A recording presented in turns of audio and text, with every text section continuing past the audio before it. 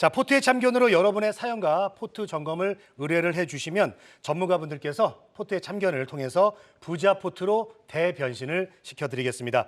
자, 돈이 모이는 포트와 함께하고 싶으신 분들은 현재 화면에 나가고 있는 메일 주소로 보유 종목 등을 적어서 보내주시면 되겠습니다. 자, 그리고 메일은 24시간 열려 있으니까 많은 분들의 참여 기다리고 있겠습니다.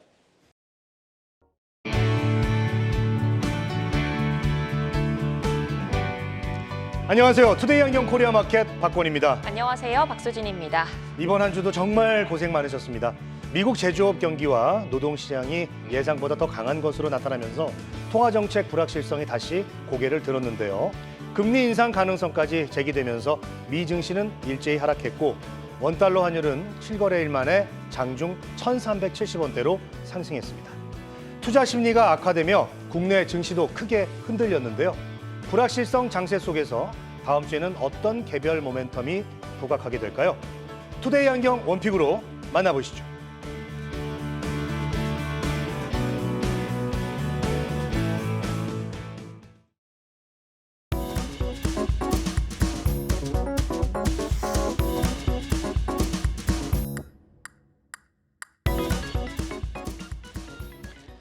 오늘 투데이 안경 원픽은 해외에서 더 잘 나가 유리기판 엔터주 다시 달릴까입니다.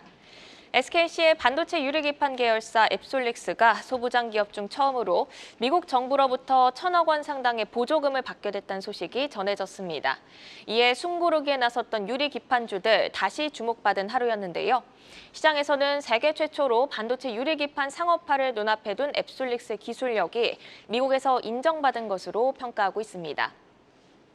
그리고 어제 저녁에는 한일중 정상회담 소식이 전해졌는데요. 최근 중국의 한국 가수 공연 허가 소식까지 전해지면서 한알령 해제 기대감이 고조되고 있습니다. 하이브와 어두어레이블의 노이즈 속에 뉴진스가 오늘 컴백했고요. SM의 에스파가 다가오는 월요일 첫 정규 앨범을 발매하며 컴백을 하는데요.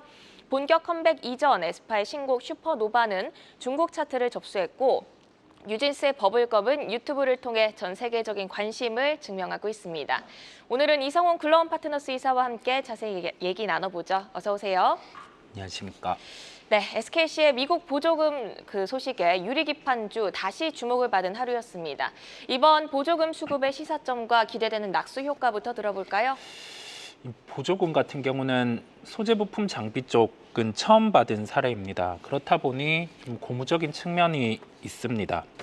앱솔릭스 같은 경우가 미국 정부로부터 1,023억 원의 보조금을 획득을 했고요.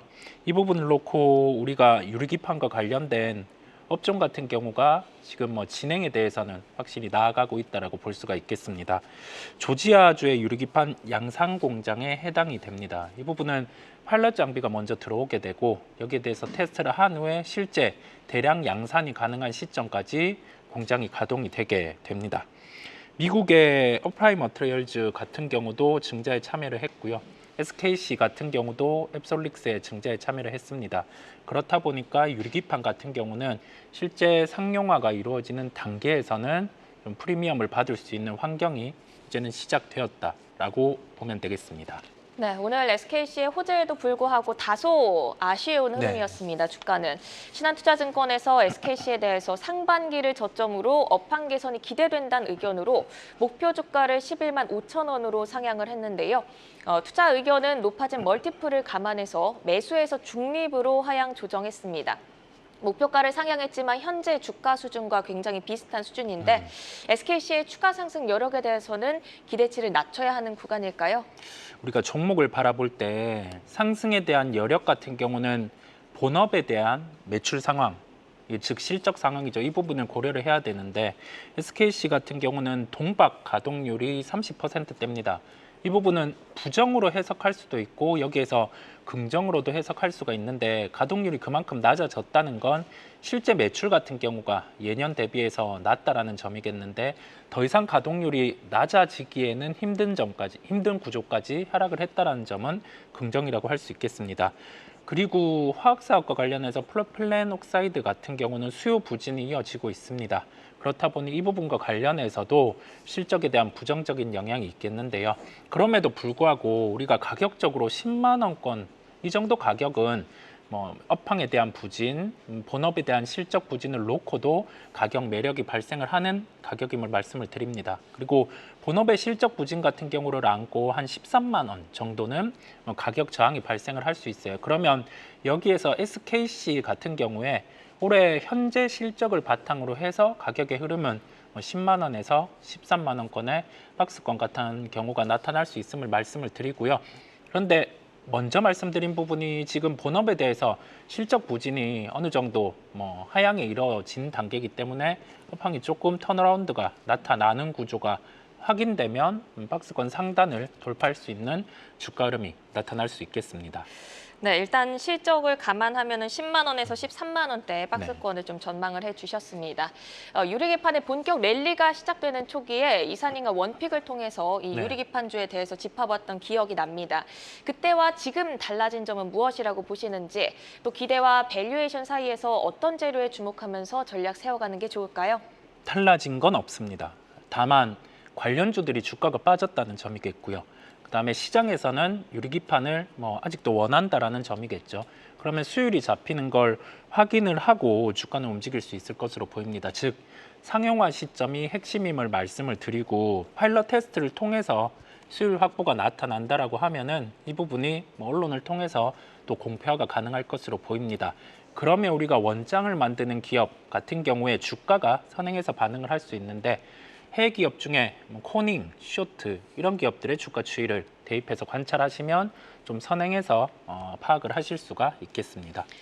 네, 이번엔 엔터주에 대해서 살펴보겠습니다. 중국이 한국 가수의 공연을 허가했다는 소식에 이어서 어제 한일중 정상회의 개최 소식까지 전해지면서 한알령 해제 기대감이 고조가 되고 있습니다. 이번 정상회의를 계기로 한알령 해제가 본격 이루어지게 될지, 또 한알령 해제 시 기대 효과 어느 정도로 보실까요? 과거에 콘서트가 열렸을 때 어느 정도 매출이 발생했는지를 보면 회당 6억 정도의 매출이 발생을 했습니다. 이 부분을 비용까지 다 감안을 했을 때 투어 기준으로 100억 매출 정도가 발생을 하겠고, 영업이익률 같은 경우는 기타 콘서트와 비슷하게 흘러갈 수 있음을 말씀드립니다. 그러면 지금 엔터주 같은 경우는 밸류에이션 측면에서 역사적인 하단에 거래가 되고 있습니다. 작년만큼의 성장 같은 경우가 올해 동일하게 나타나는 구조 안에서 특별히 멀티플을 상향할 수 있는 흐름이 안 나타나기 때문인데, 만약에 한알령이 해제되는 흐름이 나타났을 때는 실적에 대해 매출 증가 요인이 되고 멀티플의 증가 또한 가능한 부분이 새로운 시장이 하나 더 붙게 되는 구조다 보니까 엔터 업종에게는 한알령의 해제 같은 경우가 하나의 기대감이라는 말씀을 드릴 수 있겠습니다. 네, 새로운 시장이 열리게 되는 그런 기대감이다라는 말씀이셨고, 한알령 속에서도 중국 내 K-팝 스타의 인기가 정말 다양한 루트로 확인이 되고 있습니다. 글로벌 시장 내 K-팝의 위상도 여전히 뜨거운데요. 에스파가 첫 정규 앨범 발매를 앞두고 공개한 슈퍼노바가 중국 차트를 점령했다는 소식이 또 전해졌습니다. 오늘 컴백한 뉴진스의 선 공개곡도 유튜브 글로벌 차트에서 상위권에 랭크가 됐는데요. 주요 아티스트들의 잇따른 컴백이 엔터주에 활기를 불어넣어줄 수 있을지, 또 이사님이 제일 기대하고 주목하는 컴백 아티스트 혹시 있을까요?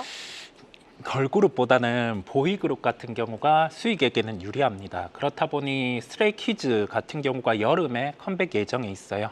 그래서 이 부분에 대해서 JYP의 스트레이키즈가 기대가 된다라는 말씀을 드릴 수 있겠고, BTS 진 같은 경우가 저녁까지 20일이 남아 있습니다. 그렇다 보니까 하이브 같은 경우도 지금 분쟁 요소가 있기는 한데 주가 19만 원 이하에서는 오더를 제외한 가격 메리트도 발생하고 지금이 그 근방의 주가죠. 그다음에 5월 말 이 부분에 대해서는 좀 어떤 식으로 마무리될지가 도출이 될 거기 때문에 하이브 같은 경우도 지금은 관심을 가져야 된다는 말씀을 드립니다. 네, 사실 엔터주의 부진의 최근 직격타가 바로 1분기 실적이었습니다. 1분기를 저점으로 보고 대응을 해도 좋을지, 또 현재 밸류에이션 매력도는 어느 정도로 보실까요? 우리가 주식을 살펴볼 때 더 나빠질 게 많은지, 그러면 이 나빠지는 측면이 발생을 했을 때 주가가 여기에서 빠지는 것보다 좀 오를 요인이 있는지를 볼 필요가 있는데, 역사적 밸류 하단 수준입니다. 그랬을 땐 크게 잃을 게 없고 긍정적인 요인이 조금이라도 발생을 하면 주가는 강하게 반등이 나올 수 있습니다. 1분기는 비수기 측면이 있었어요. 그렇다 보니까 실적에 대해서는 1분기보다는 더 나아질 거라는 말씀을 드릴 수 있겠습니다. 네, 엔터주에 대해서는 밸류에이션이 정말 역사적 하단 수준이다라는 말씀이셨습니다. 그렇다면 유리기판과 엔터주 내에서 이성웅 이사의 최선호주 열어보겠습니다.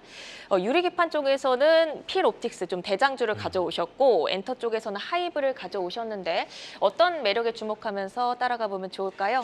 유리기판 쪽은 관련 종목들이 조정이 나왔어요. 그 안에서 처음으로 다시 생각을 했습니다. 파일럿 장비가 실제 나가 있는 기업 같은 경우가 이후에 이제 대량 생산이 가능할 때도 실장비 납품이 가능함에 따라서 필옵틱스를 말씀드리게 되었고, 하이브 같은 경우는 아까 말씀드린 부분처럼 잃을 게 없는 구간, 여기에서 뉴진스의 컴백 부분도 있고 더해져서 이제 BTS 진의 전역이 얼마 남지 않았습니다. 본 게임인 거죠. 그렇다 보니까 실적에 대한 증대 요인을 기대를 해볼 수 있겠습니다. 네, 오늘 투데이 안경 원픽은 유리기판과 엔터주를 주제로 이성웅 이사의 원픽, 필옵틱스와 하이브까지 만나봤는데요. 종목별 개별 모멘텀에 주목하시면서 탄력적으로 대응해 나가셔야겠습니다.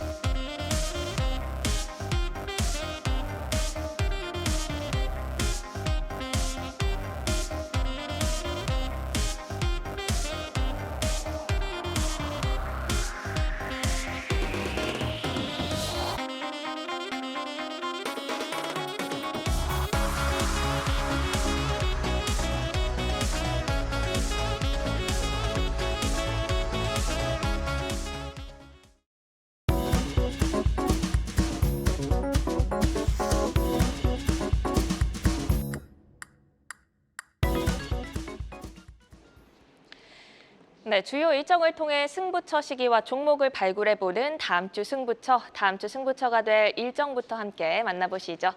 어제 전해진 따끈한 소식이죠. 한일중 정상회의가 26일부터 27일 양일간 서울에서 열리게 되는데요.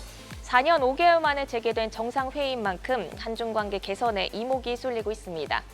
그리고 한국판 나사 우주항공청이 드디어 출범을 하게 되는데요. 우주항공 산업이 한 단계 도약할 수 있는 계기가 될 수 있을지 주목해 봐야겠습니다. 그리고 에스파가 첫 정규 앨범 아마겟돈을 발매할 예정입니다. 오늘은 뉴진스가 더블 싱글 앨범으로 컴백을 했죠. 엔터주의 흐름 잘 따라가 보셔야겠습니다. 그리고 미증시는 메모리얼 데이로 휴장을 한다는 점 체크해 드리겠습니다. 화요일로 넘어가 볼까요? 화요일에는 아랍에미리트 대통령이 한국에 국빈 방문하게 됩니다.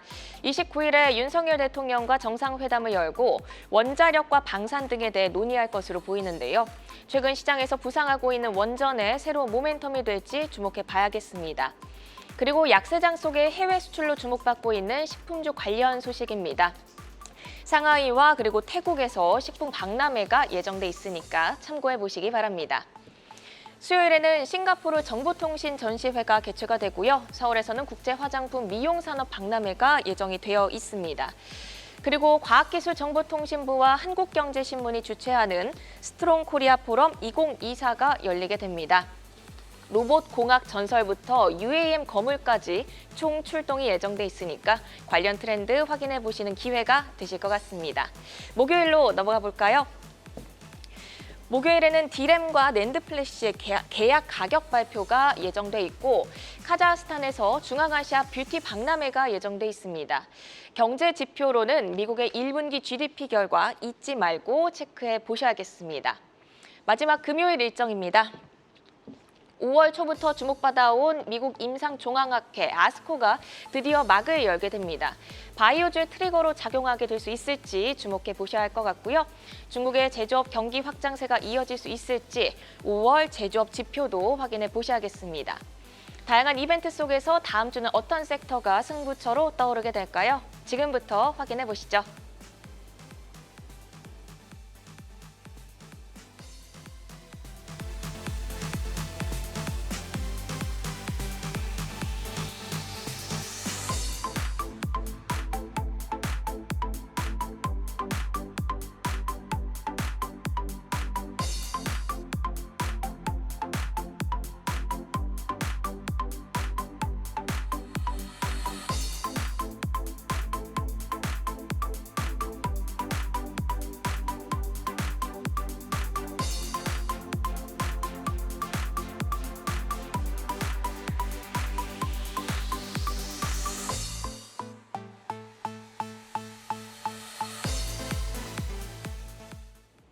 주요 일정을 통해서 승부처 시기와 종목을 발굴해보는 다음 주 승부처 시간이 되겠습니다. 자, 이창원 하이투자증권 강북 WM센터 부장 그리고 곽영훈 주식투자연구소 대표 함께하도록 하겠습니다. 자, 두 분 어서 오십시오. 네, 반갑습니다. 네, 반갑습니다. 한 주간 또 고생 많으셨는데요. 오늘 또 좋은 내용 부탁드리겠습니다. 자, 다음 주에도 국내외 다양한 이벤트와 실적 발표가 예정이 돼 있습니다. 투데이 안경 코리아 마켓이 꼽은 첫 번째 다음 주 승부처는 바로 우주항공이 되겠습니다. 한국판 나사 역할을 앞으로 하게 되겠죠. 우주항공청이 다가오는 월요일 드디어 출범을 합니다. 자, 스타트 업체 페리즈 에어로스페이스의 민간 우주 발사체죠. 블루웨일의 국내 첫 발사도 예정이 되어 있습니다. 자, 그래서 여기 관련된 질문을 좀 드리겠습니다. 이창환 부장께 좀 드릴게요. 자, 우주항공청이 이제 출범을 하는데 뭐 기대도 많이 됩니다.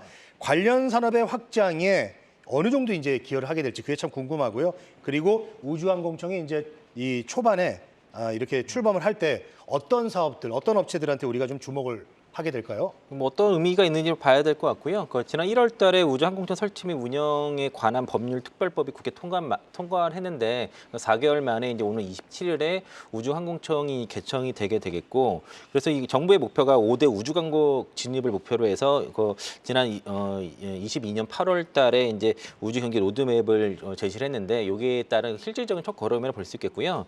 어쨌든 우주항공 산업을 진두지휘할 컨트롤 타워가 생겼다는 것에서 큰 의미가 있다고 볼 수 있겠고, 수도권 이외 지역에서 이제 새 중앙 행정기관이 출범을 했다는 것도 또 큰 의미라고 볼 수 있겠습니다. 다만 이제 여기 계획된 인력이 293명인데 아직은 지금 100여 명밖에 지금 아직 직원이 꾸려지지 않아서 인력이 다 충원되지 않은 상황이라서 지금 올해 연말까지 총원은 293명을 다 채운다는 계획이고, 현재 임기제 공무원 채용 절차가 지금 현재 진행 중에 있습니다.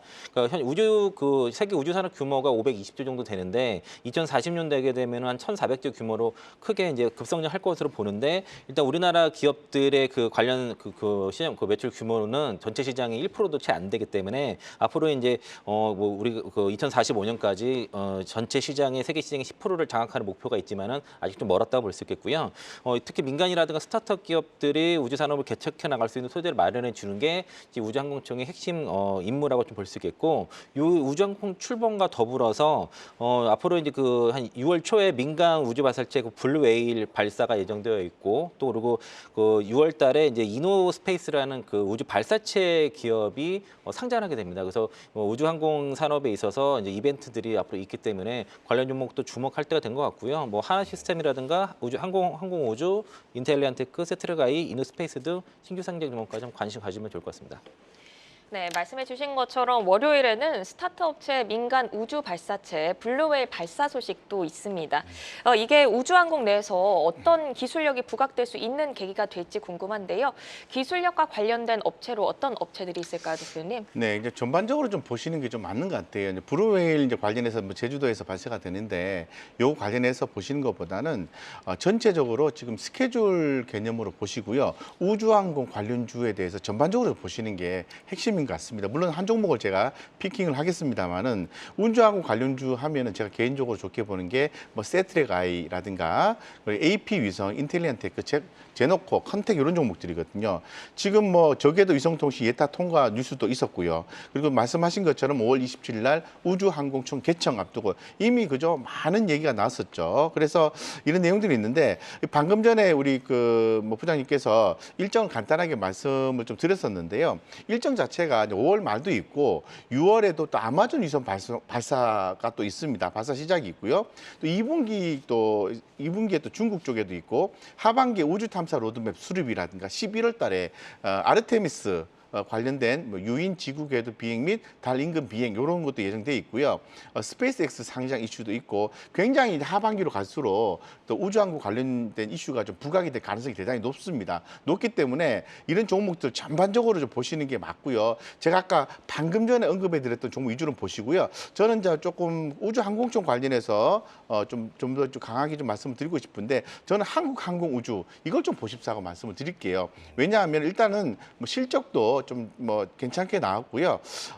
그리고 또 올해 같은 경우에도 작년에 대비해서는 조금 조금 감소하긴 합니다만 그래도 전반적으로 예상치에 부합할 수 있을 것 같고 올해 뭐 KF21 초도 양산 수주라든가 중동향 수렴 및 중앙아시아향 그 FA50 수출 계약 체결 기대감도 있습니다. 있기 때문에 이런 방산에 대한 기대감도 함께 갖고 있거든요. 그래서 우주항공 관련 종목들 두루두루 보셔야 되겠지만은 조금 더 좀 이렇게 편안하게 이렇게 좀 이렇게 변동성이 큰 종목을 보시려고 하면은 뭐 AP위성, 세트레가이, 뭐 제노코 이런 거 보셔야 되고요. 좀 무겁지만은 묵직하게 갈 수 있는 종목을 보겠다라고 하면은 뭐 한국항공우주 이렇게 보시면 좋을 것 같습니다. 네, 알겠습니다. 자, 우주항공 관련돼서 한국항공우주 그리고 AP위성 좀 관심 있게 보자라는 의견 주셨고요. 자, 이어서 만나볼 다음 주 승부처는 원전이 되겠습니다. 최근 AI 전력 이슈에 따른 체코 원전 기대감 그리고 영국의 원전 사업단의 방한 소식까지 원전주로 기대감이 시장에 좀 쏠리고 있습니다. 다음 주 그리고 UAE 대통령의 국빈 방문이라는 이런 이슈까지 재료로 더해지게 됩니다. 자, 화요일 날 방한해서 이제 29일 날 정상회담이 예정되어 있습니다. 자, 곽영원 대표께 또 질문을 좀 드리겠습니다.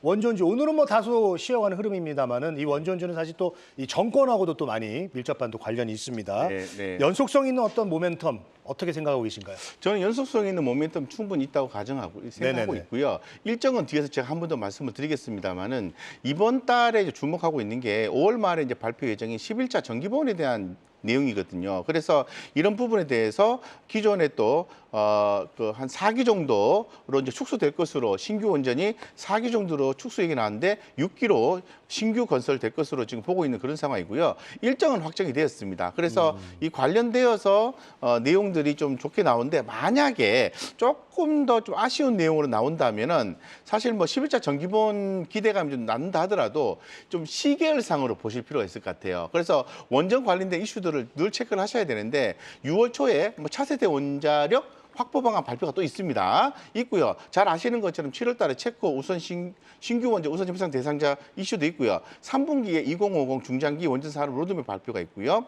연내에 또 관련돼서 발표가 또 몇 개 더 있습니다. 있기 때문에 이번에 이제 11차 정기보험에 대해서 원전 관련된 이슈에 의해서 많이 세로 뉴스로 작용한다면은 제가 볼 때는 좀 시계를 좀 길게 두고 보셔도 원전 관련주는 상당히 좀 좋은 성과를 낼 가능성이 대단히 높다라고 말씀을 좀 드리고 싶습니다. 네. 그렇지만 사실 지금 원전주가 가시화된 성과보다는 기대감에 오르고 있는 측면이 더 큰 것 같습니다. 네네. 좀 경계해야 할 점은 없을지 궁금한데요. 경계보다는 좀 기대감의 무게를 두고 접근해봐도 좋은 시점일까요, 부장님? 그 원전 관련 종목들 최근에 그래도 주가 좀 올랐습니다. 지금 기업들을 보면은 그 두산 에너빌리티, 그 한전기술, KPS, 산전 KPS 이런 종목들 다 어느 정도 오른 상태라서 좀 증권사 목표치 대비해서는 아직 여유가 좀 있는 상황이지만은 상승 이력은 다만 좀 줄어들었고 기업별로 그 외 종목들은 이제 실적 컨센서스가 없다 보니까 밸류에이션 측면에서는 좀 그걸 말하기는 어렵고요. 말 그대로 이벤트 측면에서 좀 따라 주가가 움직이니까 이걸 봐야 될 건데 다 이벤트를 좀 보니까 6월, 7월 달에 각각 또 이벤트가 있고요. 6월 11일에 영국 원전 기업단이 한국에 방문을 하고 또 7월 달에 체코 신규 원전 우선 협상자 대상이 선정이 되기 때문에 이 이벤트를 앞두고 나서 관련 종목도 움직일 수 있을 것 같고 뭐 두산 에너빌리티, 한전기술, 한전 KPS 말고도 그 일진파워라든가 아니면 오르비텍, 뭐 한신기계, 우진 그런 종목들도 트레이딩 관점에서는 뭐 보셔도 좋을 것 같습니다. 자, 원전 관련주 설계에서 제조까지 뭐 다양하게 있지 않겠습니까? 자, 곽영원 대표가 볼 때 현 시점에서 가장 매력적인 종목은 어떤 거라고 생각을 하시나요? 전반적으로 다 저는 뭐 좋게 보는데요. 그중에서 저는 우진엔텍 좀 주목하자라고 좀 말씀을 우진엔텍이요? 네, 그렇습니다. 이미 뭐 말씀을 드린 것처럼 체코 원전 수주 기대감도 있고요. 그리고 또 아랍에미레이트 대통령의 방한 이슈도 있습니다. 전반적으로 원전에 대한 어떤 추후의 성장성은 있다라고 말씀을 드린 바 있고 제가 주목하는 것은 이제 원자력 발전의 생태계 회복이 계속해서 되고 있다라는 거거든요. 그래서 지금 뭐 한국 표준형 원전 차세대 모델, 뭐 신한울 1, 뭐 세월 2 발전소 수주를 통해서 시장 확대가 계속해서 동사 같은 경우에는 진행되고 있습니다. 근데 제가 조금 더 주목하는 건 뭐냐면은 원전 해체 시장 개화에 따른 수혜주로서 우진엔텍을 보자라는 거죠. 6월 달에 고리 1호기 원전 해체 계획 최종 승인에 대한 내용이 좀 있거든요. 그래서 그에 대한 기대감이 있는 상태고 만약에 그런 기대감에 의해서 우진엔텍은 한 단계 레벨업이 될 가능성도 충분히 갖고 있다. 그래서 원전 해체 시장 개화에 따른 수혜 줄어서 우진엔텍을 또 보는 것도 저는 상당히 좋다고 보고 있습니다. 네.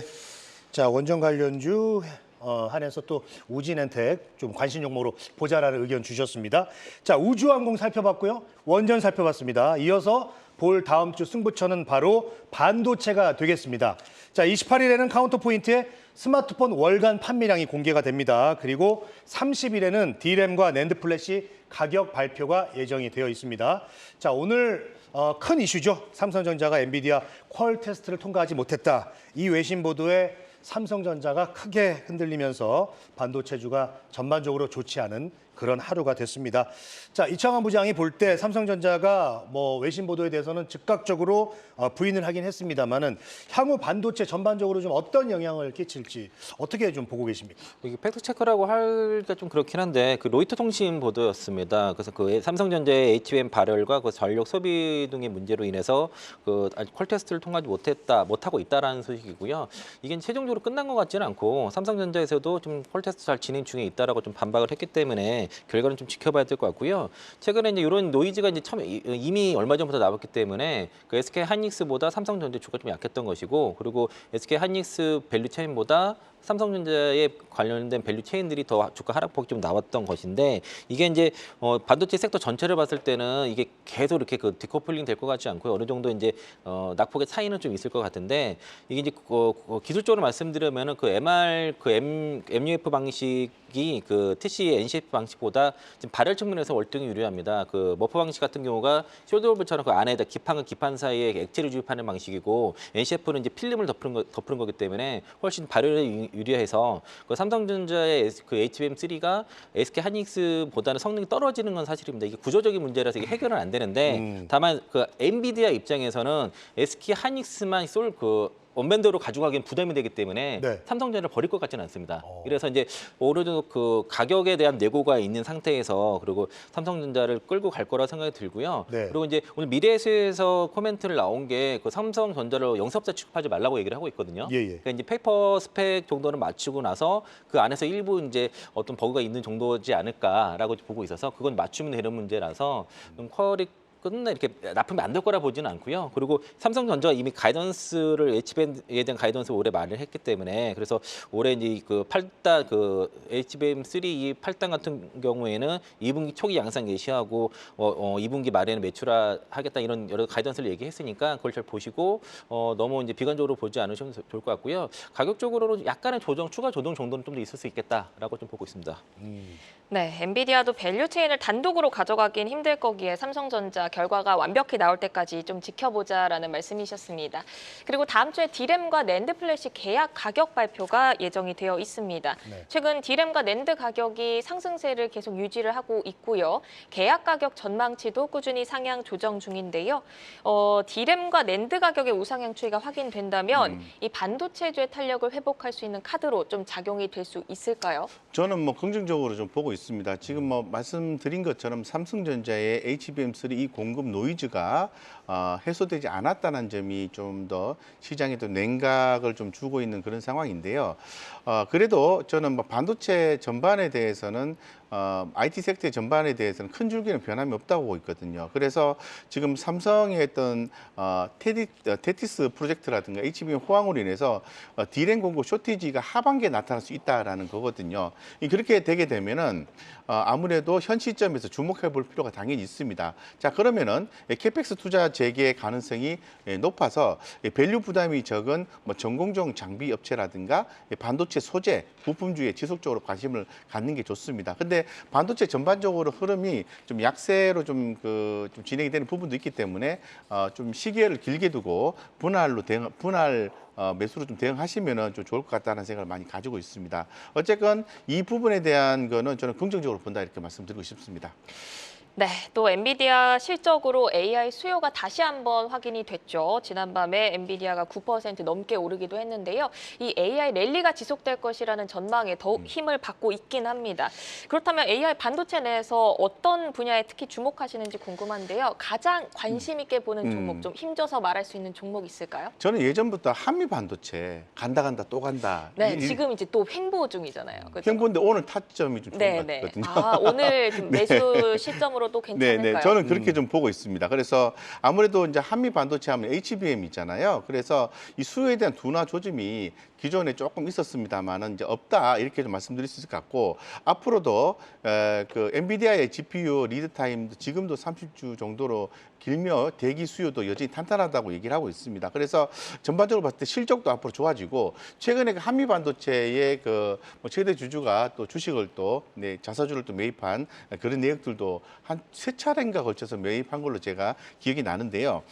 현재 지금 사업 구조라든가 고객의 어떤 다변화 이런 부분들이 성공을 했고 이 가파른 실적의 어떤 성장 그리고 밸류에이션 부담 자체를 해소해 나가고 있는 과정이거든요. 그렇기 때문에 한미 반도체가 오늘 제가 한번 열심히 보니까 수급도 그렇고 차트적으로 그동안의 박스권을 상단을 돌파를 해주는 시도를 하는 그 첫 번째 날이다라고 판단하고 있고 다음 주에 좀 관심 있게 좀 보고 있습니다.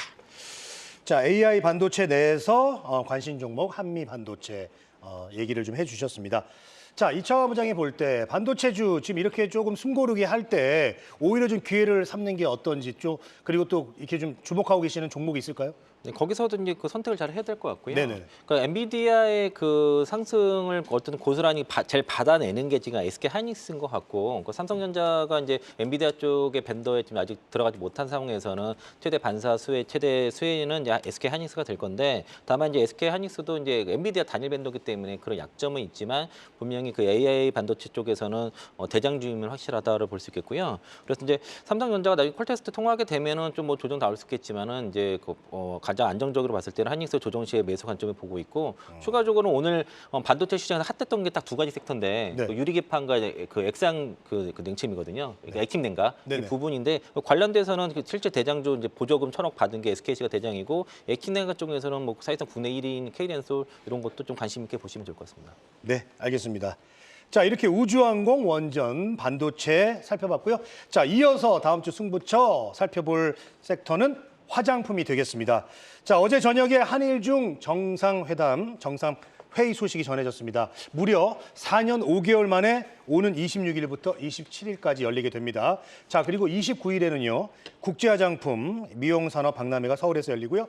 30일에는 카자흐스탄 중앙아시아 뷰티 박람회가 또 예정이 되어 있습니다. 자, 이창환 부장, 이번 그 한일중 정상회의 같은 경우에 이제 세 개 나라 이런 관계에 어떤 변화를 좀 가져올 것으로 보이나요? 네, 그 26일에서 27일 한중일 그 정상회담이 이제 서울회담으로 열리게 되고요. 그 4년 5개월 만에 3국 그 정상회담 개최인데 여기에는 그 리창 총리와 이제 일본 기시다 총리가 방한 예정이고 26일에 이제 그 한중 회담과 이제 기시다 총리와 이제 한일 회담이 열리고 나서 그 27일에 한중일 정상회담이 같이 열리고 뭐 기자회견까지 같이 할 것으로 보여지는데요. 이게 어쨌든 이번에 우리나라가 의장국이고 지난해 하반기부터 이제 한중 정상회담을 개최를 하려고 열심히 좀 노력을 한 상태인데 이번에는 그 한국 정부가 6대 정부 협력 분야를 일본과 중국에다 제시를 했고요. 여기에서는 인적 교류, 기후 변화 대응 협력을 통한 지속 가능한 발전 도모, 경제 통상 협력, 보건 및 고령화 대응 협력, 그리고 과학기술 디지털 전환 협력, 재난 및 안전 협력 이 6개 분야를 이제 제시를 했습니다. 그래서 이제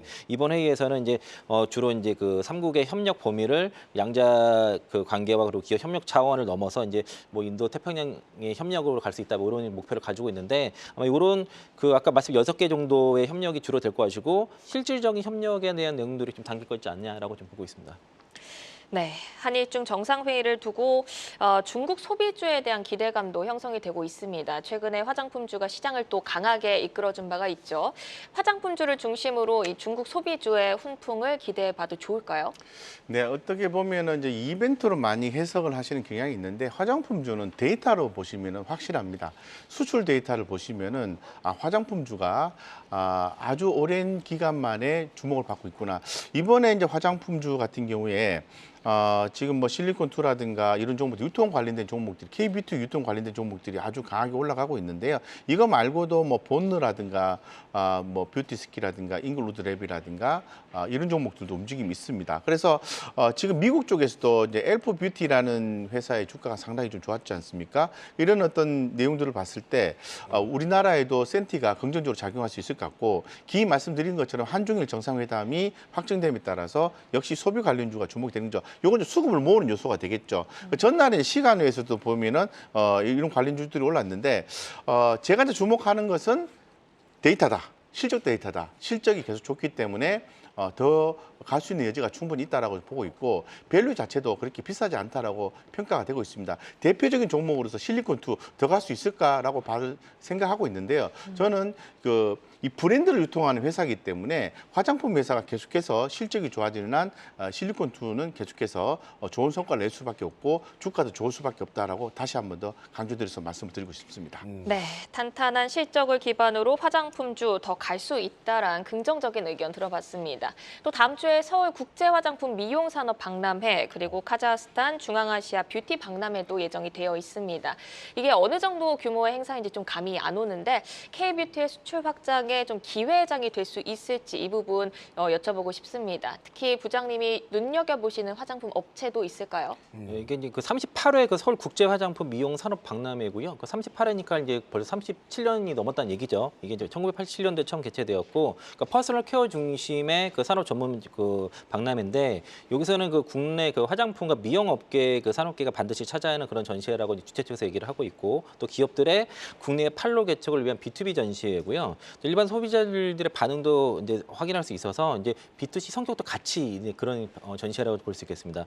또 이제 그 2024 중앙 아시아 카자흐스탄 뷰티 엑스포 같은 경우는 이게 이제 업력은 아직 작긴 한데 이게 5월 30일부터 6월 1일까지 열리는데요. 그 카자흐스탄 알마티에서 개최가 되는데 여기서도 이제 주로 이제 그 중앙 아시아를 대표하는 미용 전시회라고 보시면 좋을 것 같고, 중앙 아시아가 전체적으로 K뷰티 관심이 많기 때문에 여기서도 이제 K뷰티 제품들이 좀 일부 선보일 것으로 예상이 되고 카자흐스탄을 개최되는 그 최대 규모의 전시회 정도로 이해하시면 좋을 것 같고요. 화장품 종목도 많이 올라가서 이제 뭐 따라 분야 많이 얘기도 있는데 좀 부담이 좀 덜한 종목 중에서 저희 집에서 가장 많이 제품을 구매하는 그 회사가 네오팜이 있거든요. 주로 이제 어린이용, 아기용 화장품을 많이 하는데 네오팜도 개인적으로 좀 괜찮을 것 같습니다. 네, 이렇게 화장품 섹터까지 살펴봤고요. 그리고 저희가 지난 2주간 바이오를 다음 주 승부처로 살펴봤었는데 다가오는 31일 드디어 아스코가 개최가 됩니다. 오늘 밤에는 본 행사 전에 초록 발표 공개가 예정이 되어 있는데요. 최근에 금리 불확실성 그리고 HLB 쇼크 등으로 바이오주가 크게 힘을 받지 못하고 있는 상황이었는데 다음 주는 좀 탄력을 기대해볼 수 있을까요? 참 바이오주가 참 어렵죠, 그죠? 왜냐하면 임상에 대한 어떤 결과치에 대한 기대감에 의해서 주가가 한참 올랐다가 뭐 조금 일정이 좀 어그러지게 되면 주가가 이제 급락이 나오는 패턴을 보여주고 있기 때문에 일정 부분 포트를 가지고 좀 봐야 됩니다. 바이오주 같은 경우 전반적으로 저는 긴 호흡을 가지고 좀 보십사고 말씀드릴 수 있을 것 같고, 금리를 내린다, 내리지 않는다 이런 얘기 나오면서 결국에는 바이오주도 올라갈 가능성이 높다는 거죠. 가장 중요한 것은 임상에 대한 얘기가 되겠죠. 예, 그래서 전반적으로 봤을 때는 긴 호흡으로 봐야 되고요. 제가 개인적으로 좀 주목하는 종목을 하나 좀 말씀을 드리면요. 이 코아스텍 캐몬이라는 회사가 있습니다. 이 회사 같은 경우에는 제가 개인적으로 관심을 많이 갖고 있는데 누게리병입니다. 누게리병으로 희귀병으로 제대로 치료자가 없는 그런 시장이거든요. 그래서 기존 치료제보다 효능이 또 좋은 것들이 또 승인될 가능성이 있기 때문에 이 관련 종목을 좀 주목하고 있고요. 국내에서 임상 이상을 마치고 조건부 승인을 받아서 판매 중인데요. 실제 환자에게 처방 확보한 데이터를 유의미한 성과를 보여주고 있다라고 말씀드리겠습니다. 어쨌건 이 코아스템 캐몬의 신약 허가를 또 받을 것으로 추후 예측하고 있기 때문에 매출도 더 증가할 것으로 보고 있습니다. 그래서 저는 바이오 좀 긍정적으로 보고 있고요. 뭐 종목마다 좀 개별적으로 좀 판단했으면 좋겠다고 말씀드리고 코아스템 캐몬을 한번 관심 갖자 이렇게 말씀드리겠습니다. 네. 자, 이렇게 다음 주 주요 일정을 통해서 승부처가 될 모멘텀과 종목을 살펴봤습니다. 잠시 후에 다음 주 승부처 두 분의 유망주가 공개됩니다. 장 마감 후 4시부터 6시까지 진행되는 시간의 투자리그, 시간의 거래 동향을 만나보는 이 시간의 단일가 시간입니다. 정규장 마감 후 오후 4시부터 6시까지는 10분 단위로 시간의 단일가 거래가 이뤄지는데요. 이 시간의 단일가 주요 종목 등락률 함께 살펴보겠습니다. 먼저 이 시간의 단일가 코스피 상승률부터 짚어보도록 하겠습니다. 많은 종목들이 현재 상승세를 이어가고 있는데요. 비상교육 좀 짚어보도록 하겠습니다. 현재 3,000주가량의 거래량 실리면서 2.7% 상승해 5,110원 선 지나가고 있습니다. 또 DIC가 5,570원으로 2%대 상승세를 보이고 있고요. 삼부토건도 거래량 좀 실리면서 2.5%대 상승불 켜고 있습니다. 이어서 시간의 단일가 코스닥 상승률도 함께 짚어보시죠. 제이스코홀딩스가 현재 상한가에 진입해 있네요. 거래량 같은 경우에는 4만 주의 거래량을 끌어오고 있고요. 대신정보통신이 현재 6%대 상승세를 보이고 있습니다. 상한가에 진입했다 풀렸는데요. 급등의 배경은 장 마감 후 발표된 호실적으로 보입니다. 특히나 작년 영업이익이 전년비 111% 증가하면서 투심이 쏠린 걸로 풀이되고 있지만 다만 시가총액이 400억 원대인 점 확인해 보시면 좋을 것 같습니다. 그럼 시간의 단일가 코스피 하락률도 짚어보도록 하겠습니다. 역시나 정규장에서 강했던 테마들 위주로 차익 실현이 나오고 있는데요. 우선 LS 에코에너지가 1%대 낙폭을 조금 가져가고 있는 점, 웅진도 1% 거래량 좀 실리면서 가져가고 있고요. 비철금속주죠. TCC 스틸이 1.2%대 하락세. 한국화장품 오늘 정규장에서 화장품의 등살의 가치 이제 잘 가나 싶었는데 시간에서는 1%대 하락세 보여주고 있습니다. 이 밖에 사마페인트가 1%대 하락분을 보여주고 있습니다. 그럼 이 시간의 단일가 코스닥 하락률도 짚어보도록 하겠습니다. 가장 강하게 밀리는 건 6일 CNS고요. 이 밖에 한선 엔지니어링이 현재 12,910원 선의 2%대 하락세를 보여주고 있고 바이오주인 J2K 바이오 2.6% 하락하면서 23,600원에 거래되고 있습니다. 이렇게 시간에서는 어떤 종목들이 움직이고 있는지 시황 살펴봤습니다. 이어서 시간의 단일가 특징주 통해서 좀 더 자세히 짚어보겠습니다. 5위부터 확인합니다. 5위는 삼천당 제약입니다. 장 마감 후에 중국 경구용 임슐린 개발 및 계약을 위한 협의를 글로벌 임상 일상이 종료될 때까지 해명 공시를 잠정 중단한다고 밝혔는데요. 정규장 등락 끝에 상승 마감했지만 시간외에서는 1% 넘게 밀리고 있습니다. 이 뉴스가 다음 주 주가에는 어떤 영향을 미치게 될까요? 중국 통화동보 같은 경우가 임상 일상 같은 경우를 확인하고 계약 협의를 하겠다라고 밝혔습니다. 즉 임상 일상 종료 후에 본계약 예정에 있겠고요. 6월 내에 임상 일상 임상 시험 계획을 진행 예정에 있습니다. 그 부분이 의미하는 바는 어느 정도 기간이 경과하고 임상 일상 결과가 나오면 본계약 체결이 가능할 것으로 예상이 됩니다. 그러면 한 1년 정도 이내에 기간이 경과된다라고 했을 때 내년에 본계약 가능성이 존재를 합니다. 그렇다 보니 이번에 공시를 통해서 삼천당 제약 같은 경우가 심리적인 조정이 나온다라고 했을 때는 매수에 대한 가능한 부분을 열어둡니다. 네, 5위에 랭크된 삼천당 제약에 대한 코멘트 들어봤습니다. 이어서 4위도 함께 확인해 보시죠. 4위는 SK 이터닉스입니다. 가파른 랠리 후에 오늘 5거래일 만에 급락으로 마감했습니다. 하지만 시간외에서는 강보합권대에서 움직이고 있는데요. SK 이터닉스를 보유한 주주 같은 경우에는 어디에 방향을 두고 좀 대응해 나가는지 좋을지, 또 조정 시에는 신규로 접근을 해도 좀 좋을까요?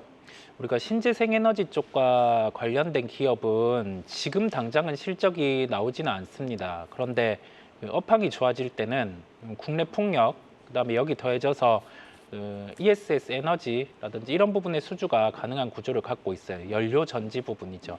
그래서 당장 나오는 실적보다 향후에 이 업황이 턴이 되면은 나올 수 있는 실적에 초점을 맞출 필요가 있는데 예년에는 한 1,000억 정도의 영업이익도 가능한 체력을 갖고 있습니다. 그렇다 보니까 최근에 신재생에너지 쪽 같은 경우가 AI 쪽을 중심으로 해서 나아질 기미가 보이면서 주가 반응이 나타난다라고 볼 수 있겠고요. 해외기업 블룸에너지 같은 경우에 고효율 연료전지 국내 사업권을 보유를 하고 있습니다. 여기 더해져서 SK가스와 함께 200메가와트 규모의 ESS 투자를 미국 텍사스에 단행을 해놓은 상황입니다. 그렇다 보니 지금 AI로 촉발되는 이 에너지 사이클 같은 경우가 좀 지속되는 환경에서는 SK 이터닉스 같은 경우는 좀 관심을 가지고 주가 변동성이 있더라도 관심권에 두고 살펴봐야 된다라는 말씀을 드립니다. 네, SK 이터닉스뿐만 아니라 신재생 에너지주에 대한 관심도 계속해서 지속해보면 좋을 것 같습니다. 그럼 3위도 함께 열어보시죠. 3위는 인성정보입니다. IT 인프라 사업을 영위하는 기업으로 정규장에서는 3%대 약세를 보이더니 시간에서는 정규장의 하락분을 모두 되돌리면서 3위에 이름을 올렸습니다. 그럼 이어서 2위도 확인합니다.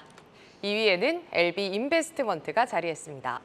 LB인베스트먼트는 정규장에서 4% 넘게 오르면서 3거래일 연속 상승 마감했는데요. 현재 시간외에서도 강세 보이면서 6,500원을 돌파했습니다. 그럼 대망의 1위도 함께 만나보시죠. 1위에는 모아 데이터가 자리했습니다. 대표적인 의료 AI주로 특별한 이슈가 발표되진 않았고요. 요 며칠 4거래일 연속 외국인의 매수세가 들어오는 점, 또 시간에서 시세를 내면서 2,500원에 올라서는 모습 체크해 보시면 좋을 것 같습니다. 이렇게 시간의 특징주 탑5 톡에서 여러 얘기를 들어봤습니다. 지금까지 이성훈 글로원 파트너스 이사와 함께했고요. 말씀 고맙습니다. 네, 이제 다음 주 승부처 두 분의 종목을 공개하도록 하겠습니다. 화면 보시죠. 자, 이창환 부장은 HL홀딩스 그리고 곽영원 대표는 원익을 선정을 해주셨습니다. 자, 이창환 부장의 다음 주 승부처 종목 보겠습니다. HL그룹의 사업형 지주회사죠. HL홀딩스입니다. 보니까 4월 중순부터 우상향 기조를 이렇게 유지하고 있더라고요. 최근에는 또 기관 매수세도 유입되고 있고요. 이창환 부장은 어떤 모멘텀에 좀 주목을 하고 계신 거예요? 뭐 주가 흐름이 이제 시장 그 지수 대비 견조한 흐름이 있고요. 그 최근에 그 스텔란티스와 이제 그 국내 독점 개혁을 했는데 그 네. HL홀딩스가 주로 하는 게 그 지프라든가 푸조, 피아트 이런 차량들을 수리할 때 쓰는 그 애프터 마켓 부품을 이제 국내에서 독점 유통을 하고 있고 그 애프터 마켓 부품은 이제 순정 부품보다도 이제 일단 30%싼 가격에 파는 그런 부품들인데 국내 이제 그 세계 6대 이제 자동차 회사인 스텔란티스랑 이제 국내 총판 계약을 맺은 상태라서 아마 향후에 이제 수입차 AS 부품 시장에서 이제 그 3년 내에 목표 1위를 하겠다는 목표를 회사에서 발표를 했고요. 현재는 그 벤츠라든가 BMW를 포함한 22개 수입차 브랜드의 그 애프터마켓 부품을 대략 한 6만여 종을 지금 국내에서 유통을 하고 있고 3대 자동차 부품사인 보시라든가 GF 등과도 이제 손잡는 방안을 현재 추진 중에 있어서 2027년까지 이제 수입차 애프터마켓 부품 유통 시장의 1위가 되겠다라고 지금 포부를 밝힌 상황입니다. 현재 그리고 수입 중고차 그 재상품 사업도 지금 현재 강화를 하고 있어서 최근에 이제 화성에 3만 평 규모의 플리도 센터를 개장을 해서 그 15,000대 차량을 수용할 수 있는 규모로 지금 만들어놨고 또 주주 환원 정책 좀 꾸준히 하고 있어서 올해 이제 배당 수익률 5.8%와 그 자사주 매입과 소각 한 2% 정도도 기대를 하고 있어서 주주 환원 정책도 좀 꾸준히 펼치고 있고 또 이제 올해 이제 자체 사업 매출도 지난번에 이제 얘기했던 1조 3천억을 그대로 유지하고 있어가지고 실적도 양호할 거라고 보고 있습니다. 네. 자, 목표가는 어느 정도로 보고 계시죠? 네, 보니까 증권사 리포터 4개 정도로 보니까요. 네. 하단이 그 4만 원이고요. 상단이 하나증권에서 4만 5천 원이라서 유진투자에서 얘기하는 그 4만 원 목표가 드리겠습니다. 네. 자, 이번에는 곽영훈 대표의 다음 주 승부처 종목 보도록 하겠습니다. 자, 원익인데요. 이번 주 들어서 거래량을 동반하면서 5일선이 가파르게 상승을 했더라고요. 자, 그리고 화요일과 수요일에 변동성이 다소 좀 컸습니다. 곽영원 대표가 볼 때 원익의 어떤 포인트를 좀 승부처로 보고 계신 거예요? 일단 화장품 쪽으로 좀 보고 있습니다. 네네. 최근에 화장품 관련주들이 많이 올랐는데요. 좀 많이 못 오른 종목을 많이 찾고 있는 현상이 좀 나와주고 있는 것 같아요. 그래서 원익 하면은 우리가 잘 알고 있는 게 이제 반도체 기업이다. 그래서 원익그룹의 정점에 있는 회사고 원익홀딩스 지분은 28.96%를 갖고 있기 때문에 네. 지분 가치 반영도 고려할 수 있는 회사인 거죠. 그래서 전반적으로 전자부품 관련된 기업으로 보고 있는데 제가 주목하는 건요.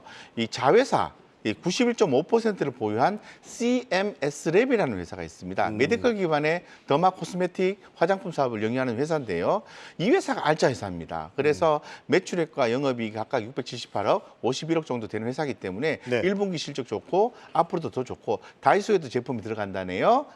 5종이 좀 공급이 된다고 합니다. 그래서 최근에 기관들의 수급이 좀 강하게 유입된 것이 아닌가 생각이 들고 최근에 좀 그래도 좀 올라가지고 좀 시가총액이 좀 작아요. 한 600억 정도 됐는데 네. 최근에 좀 올라서 한 900억대까지 올라왔거든요. 최근에 거래량을 보니까 3일 정도 좀 강하게 유입이 되고 있는 것 같습니다. 자, 어쨌건 원익이 좀 관심이 좀 많이 간다고 말씀드리고 분할 매수 말씀드리고 손절가 4,300원, 목표가는 8,000원 정도 보고 한번 대응해 보시면 좋겠다 이렇게 말씀드리겠습니다.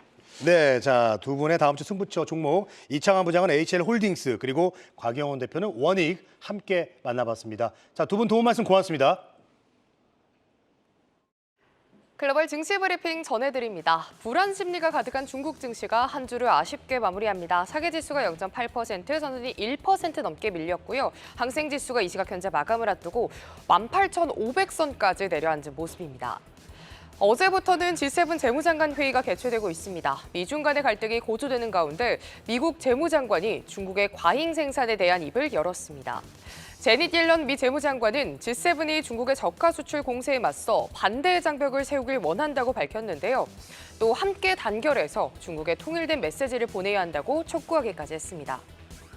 한편 주말 사이 우리 서울에서는 한중일 정상회의가 개최되고요. 무려 4년 5개월인 만큼 주말 사이에도 계속해서 뉴스 좀 챙겨보시면 좋을 것 같습니다.